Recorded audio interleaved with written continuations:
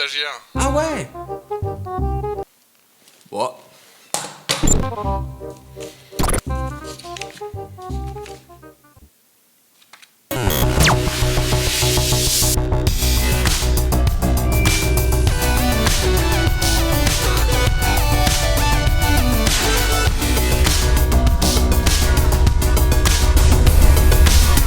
Bon, j'en reviens pas que je m'apprête à chroniquer ce qui va suivre. Vous êtes très nombreux à me l'avoir envoyé, et donc à votre bon vouloir, rendons-nous à Aurillac pour ce premier article. Non, Nekou. Ah, merde. À Avignon. Putain, heureusement que c'était pas Aurillac, la dernière fois qu'on y était, ça m'a traumatisé. Comment ça? Y'a de la joie dans la vie. Si t'es pas mort, de quoi tu plains? Merci Régis, un an de thérapie flingué. Bon, revenons à Avignon. Bon, imaginez vous êtes parents, vous devez conduire votre gosse à l'école, le réveil a pas sonné, il y a des embouts partout. Bah du coup, retard. Mais une famille a lancé, littéralement, une méthode pour gagner 2 minutes chaque matin. Oh Tristan, dépêche-toi, tu vas être en retard à l'école. Mais papa, c'est mort, la grille est déjà fermée. Tu fais confiance à papa, n'est-ce pas? Bouge pas.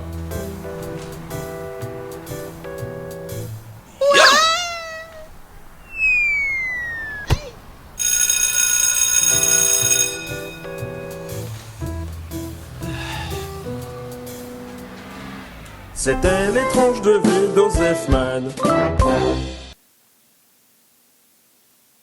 Mais putain, qu'est-ce qui tourne pas rond chez les habitants d'Avignon? Oui, j'ai bien dit les habitants d'Avignon. Car après avoir vu ça, les élèves ont été raconter ça à leurs parents.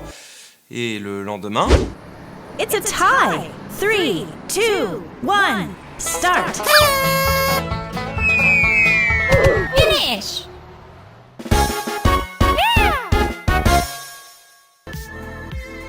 Oh bah du coup, je crois qu'il y en a un qui a retrouvé du taf récemment.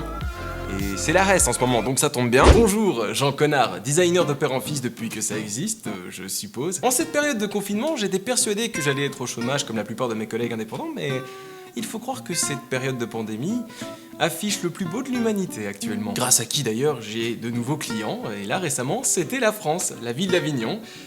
Et je sais pas quoi dire. Vive la France! Qu'est-ce que vous avez fumé, putain? Depuis quand il existe des parents qui préfèrent amocher leurs gosses pour qu'ils arrivent à l'heure plutôt qu'ils aient un peu de retard? Monsieur, vous êtes parent d'un élève de l'école primaire d'Avignon. Pouvez-vous nous expliquer quel est le but de cet acte dangereux? Ah, vous savez, avec le confinement, la fermeture des salles de sport, moi, vous savez, j'aime balancer des trucs dans la vie, hein. Et avec leur histoire de code masque 9, là, soi-disant, on battrait plus nos femmes pendant le confinement. Ils sont fous, hein. Alors à ce moment-là, si je peux pas balancer mon cendrier dans les dents de ma femme, autant balancer le Kiyan au-dessus du grillage de l'école, hein.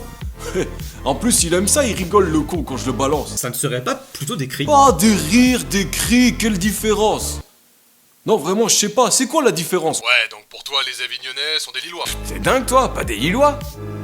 À la limite des Dunkerquois. En vrai, ça semble débile qu'ils ont dû concevoir un putain de panneau pour interdire aux parents de balancer leur gosse telle une bombe sainte. Du coup, moi je me demande, qu'est-ce qui serait passé s'ils ne l'avaient pas fait? Bonjour les enfants, je prends les présences. Dimitri. Présent. Gwendoline. Présente. Kevin. Ok, Nabil. Bon. Bah, tout le monde est présent pour le présentiel d'aujourd'hui, c'est exceptionnel.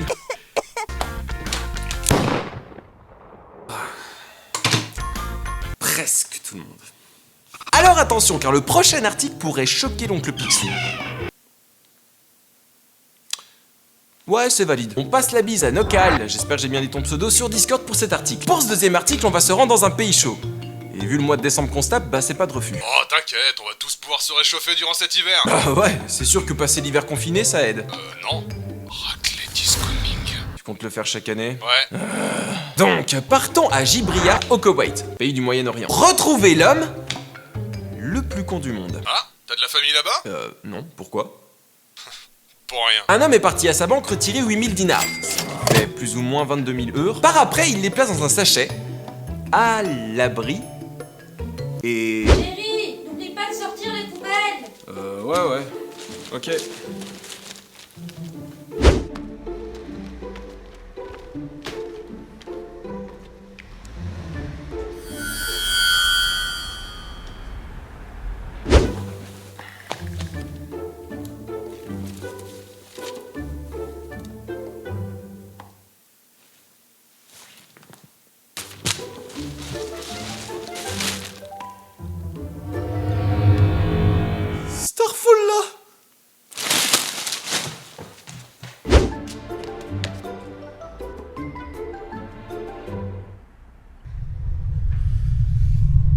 Ah.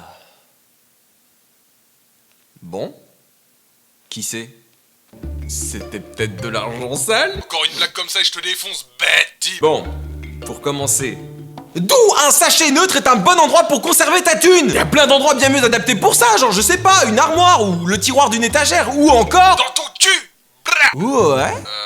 J'étais pas sérieux, mec. Bah quoi? Avec tout ce que je bouffe, même Jerem Star oserait pas fouiller à cet endroit. On va avoir des problèmes, mec. Ou alors, si ça se trouve, il y avait pas d'erreur dans son geste.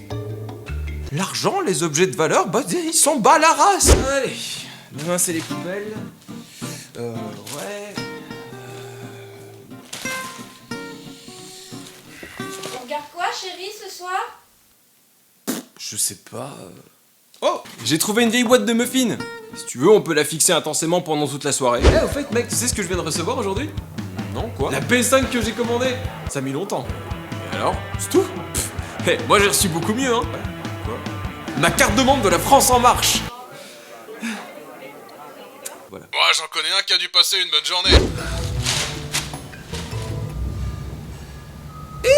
Si, merdieu Bouddha, là, je vais refaire ma vie. Ouais, car notre pote le fauché, après s'être rendu compte que les éboueurs ont emporté son magot qu'il a gentiment laissé devant sa porte d'entrée, a foncé à son téléphone pour contacter les autorités, avec extrait de compte en preuve de ce retrait de son compte. Et ils ont réagi comment?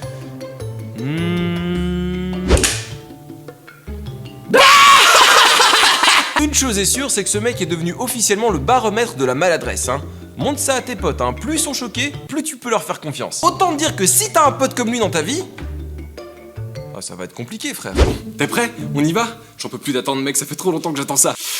Ça va être chaud. Pourquoi? Bah, quand tu m'as dit de poser ta PS5 quelque part, t'aurais dû me préciser un endroit. Pourquoi? Où est-ce que tu l'as posé? Là, sur la table de cuisson.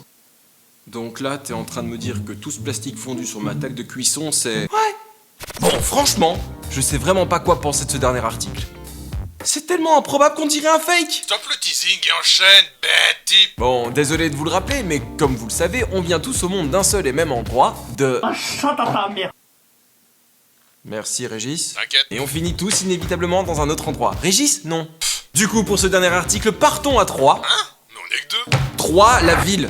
Bouffon. Rencontrer une septuagénaire qui a voulu faire un état des lieux de sa future demeure. Où se trouve la pierre de Thierry?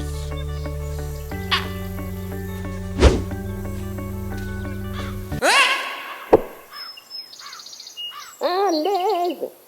J'ai pas envie de signer le bail tout de suite! Franchement, madame, je pense que vous auriez pu être un peu plus patiente, hein.